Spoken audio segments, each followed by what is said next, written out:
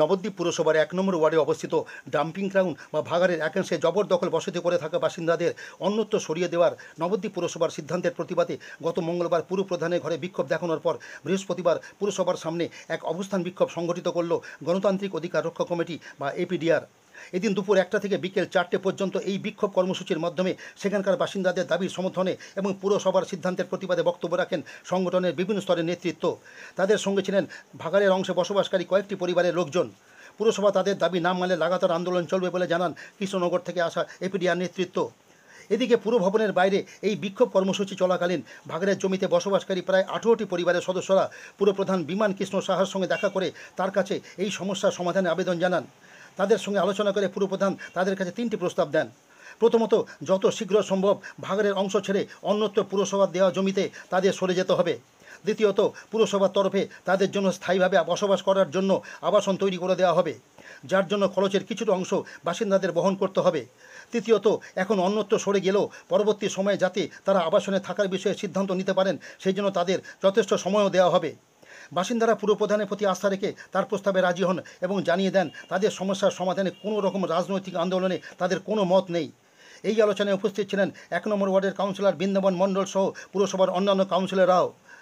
এদিনের অবস্থান বিক্ষোভে অশান্তির আশঙ্কায় পুলিশি ব্যবস্থা ছিল চোখে পড়ার মতো। আপনাদের জায়গার বিষয়ে আজকে কি আলোচনা হলো? চেয়ারম্যান আপনাদের কি বললেন, আপনারা কতটা মেনে নিলেন, কি বলেছেন? আমাদের কাউন্সিলর 1 নম্বর ওয়ার্ডের বৃন্দাবন মণ্ডল আমাদেরকে পুরানো বাসিন্দাদের এখানে একটা আশ্বাস দিয়েছে এবং চেয়ারম্যান মহাশয়ও আমাদের আশ্বাস দিয়েছেন এবং 3টা অপশান দিয়েছেন। আমরা এখন যেটা পাচ্ছি দিচ্ছেন, ওখানে আমরা 1 বছর ওখানে থাকবো, তারপরে আমরা যদি পারি তাহলে কিছু টাকা পয়সা দিয়ে পাকাপোক্ততে যাবো। সেটা আপনার করে দেবে বলেছেন? হ্যাঁ বলেছেন, নতুন জায়গা করে দেবেন। হ্যাঁ নতুন জায়গা। এখন আপাতত অস্থায়ী একটা জায়গা দিচ্ছে যেখানে আপনারা সবাই চলে যাচ্ছেন, সেখানে ঘরে করে যাবেন, পরবর্তী সময় ওনাকে জানাতে বলেছেন, তা উনি সেই মতো ব্যবস্থা নেবেন। তাহলে আজকে যারা এখানে আন্দোলন করলো তাদের সঙ্গে আপনারা আছেন? না, আমরা নেই। আপনারা কি বলছেন এই বিষয়ে? আপনারা আমাদের অস্থায়ী জায়গা চাই, সেটা আপাতত চাই। এটা আপাতত চাই, মানে আপনাদের এই বিষয়ে কোনো আন্দোলন নেই, আপাতত ক্ষোভ নেই? কোনো আন্দোলন নেই, আমরা একটু জায়গা চাই মাথা গোজার মতো। সেটা দিয়েছেন? হ্যাঁ, মাস্টারমশাই দিয়েছে, চেয়ারম্যানও সাহেব দিয়েছে, মাস্টারমশাই দিয়েছে। আপনার নাম? খুশি তো? হ্যাঁ, আমরা সবাই খুশি, সবাই খুশি। আমরা 1 নম্বর ওয়ার্ডে আমরা একাই খুশি। আপনার নাম? সাধন দেবনাথ। আপনার নাম? আমার নাম অন্নপূর্ণা পাল। আপনার নাম? শান্তনা দাস। আপনাদের এই অবস্থান বিক্ষোভ কেন? দেখুন, অবস্থান বিক্ষোভ আজকে আমাদের করতে হচ্ছে, তার কারণ হচ্ছে চন্দ্রকলোনি 1 নম্বর বস্তি যে ভাগাড় বস্তি আছে সেটা উচ্ছেদ হচ্ছে এবং সেই উচ্ছেদের জন্য আজকে অলরেডি মন্দিরের যজ্ঞের যে জায়গাটা সেটা বুলডোজার ঢুকেছে, ওখানে প্রচুর পুলিশ মোতায়েন করা হয়েছে।